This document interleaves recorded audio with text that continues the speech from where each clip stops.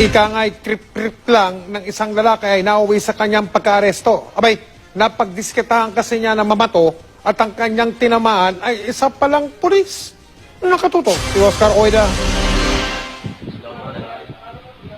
Trip to kulungan ang kinahantungan ng 28 anyos sa si Jetro Dabocol matapos munang pagtripang batuhin ang isang nakikipiyesta sa kanilang lugar sa may barangay Ramon Magsaysay, Bago Bantay, Quezon City noong January 22. Walang kawala sa kuha ng CCTV ang kanyang pamamato sa walang kamalay-malay na biktima.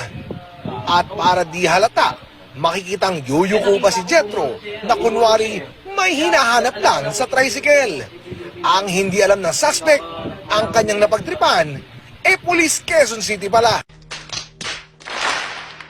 Bigla na lang may tumama sa likuran ko, banda dito sa leeg. Nagulat ako.